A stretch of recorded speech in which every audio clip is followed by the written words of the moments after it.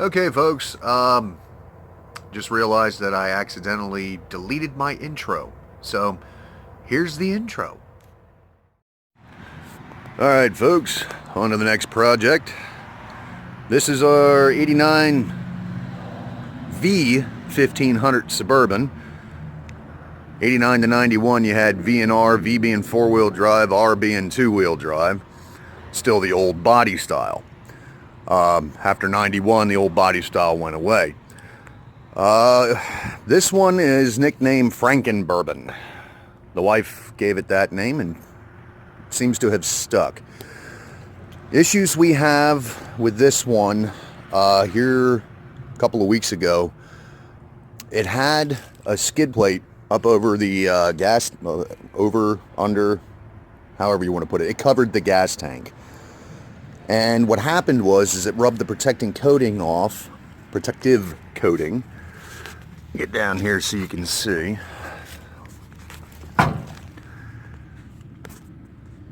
You can see my JB weld right there. It's because when it rubbed the protective coating off, it sprung a leak. It started a tiny little hole. And we couldn't figure out why it was we were burning through so much gas. Well, we weren't really burning through it. It was leaking out. So fortunately, it hasn't been that many years since I put these new tank straps in, so they didn't snap on me. But we did purchase a new gas tank for it through Rock Auto, of all places. But it was basically the same thing I was going to get at like Advance or AutoZone or something like that. Same brand, only a lot cheaper. I hear a lot of people talking about Rock Auto and their customer service, but this was the first time I ever had to do something with it. Oops, sorry about the finger. When they sent the tank, it was supposed to come with a lock ring kit. Well, it didn't, and all correspondence through them with issues has to be done via email. So I emailed them and got nearly an immediate response. Now, maybe it was just because it was a weekday, I don't know. But filled out the questions, everything like that. Got what I needed. As you can see, here's the new tank.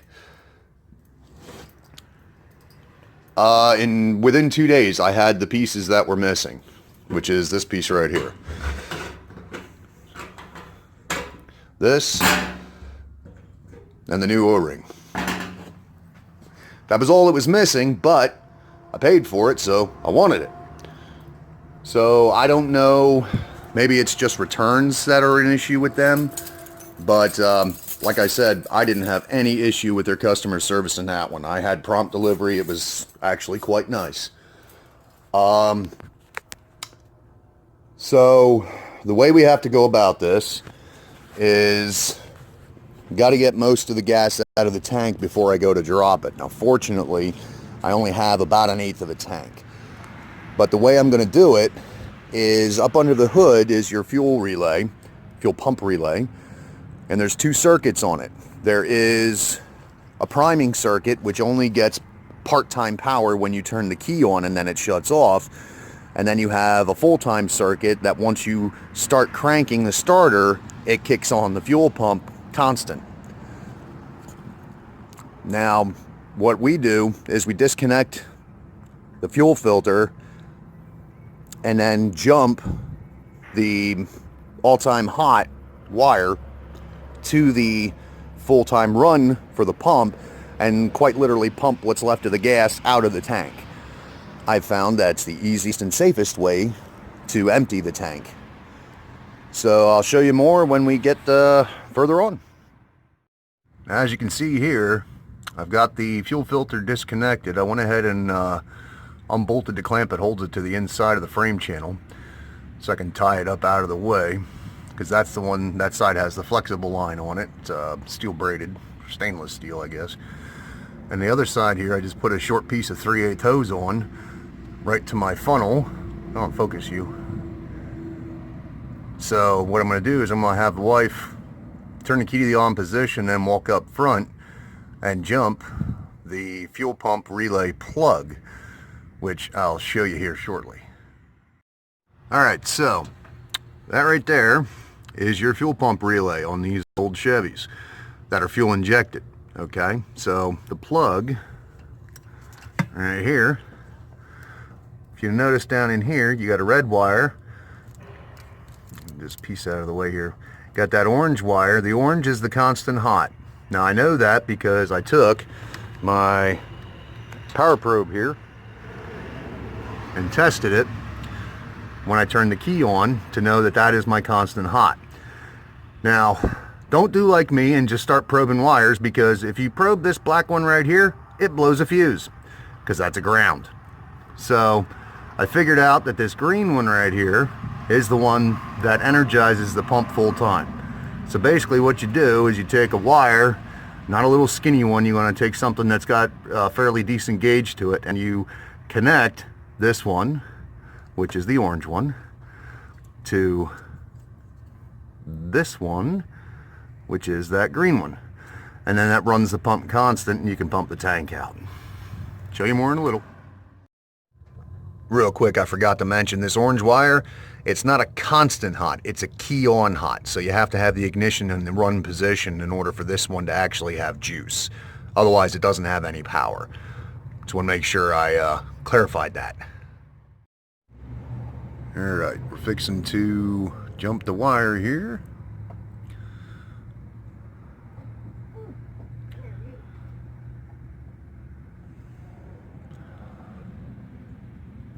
I don't know how well you can see this, but Here we go. Go for it.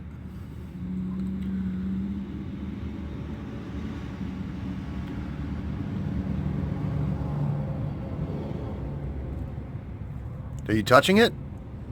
You said the green wire. Yeah. That's the one I'm touching. Really?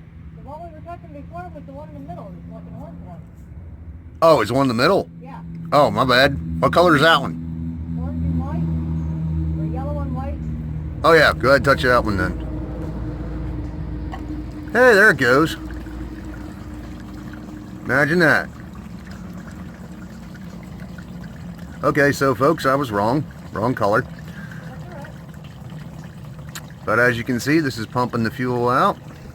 And you can see right there, it's starting to fill up my gas can. Yep. Now, I didn't learn this by going on YouTube or by getting in a book somewhere.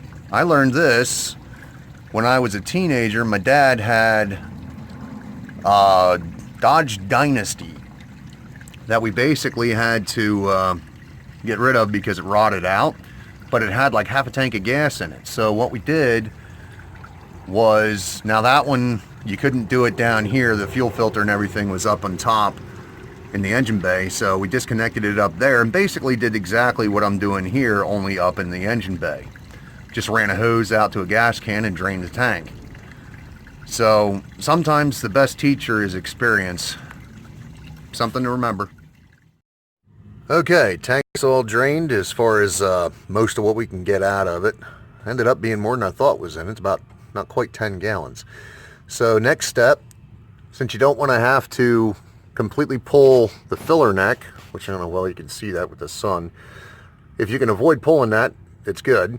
So disconnect the hoses right here. Now ideally what you'd want to do is connect or disconnect it on the other side of the frame here, but you can't get to that with the tank up in place. So I disconnect these two so I can pull the hoses out, and then I'll disconnect it from the other side once I drop the tank further down, and disconnect the fuel lines as well. So got the tank straps back here. Ouch, head. Right here's your stud. Okay, on the top side of it, on this one's a 3/4 nut. So basically you want to back them off evenly if you can, so you drop this down equally. Now, because it's nearly empty with gas, now this thing does have a little bit of weight to it, but it's not super heavy. A floor jack would probably come in handy, but because it's nearly empty, I'm not going to bother with it because it just gets in the way and I can't get in there. But I'll show you more in a little bit. And viola, the tank is out. One thing you want to be real careful of when you pull these is these wires over here. You want to make sure, trace this one up into the harness that goes up along the frame rail. Make sure you get that unplugged. And don't forget the ground wire. That bolts straight to the frame. Want to make sure you get that done. Now, when you get the tank about part way out, on this one, it doesn't have the fancy fittings like the newer ones. It's just a screw in with a little seal right here on both of them. You want to make sure those seals are in good shape before you actually put this back in, because this is hard to get to once it's in there. But so pump and sending unit with the lines, all this I need to put into the other tank, including my fill tube and this metal tube here. That all needs to go onto the new tank. So, oh, and these pads. You always want to make sure you put these pads back in. They keep it from rusting. You know, keeps it from rubbing on the frame that it's sitting up in against. So, installation is basically reverse, but I'll show you when I get the other one back in. Alright, here's a new gas tank all installed. Everything works okay. I got no leaks. I even tweaked the sending unit a little bit so that way it would read correctly on my fuel gauge. But that's it for now. Have a good one.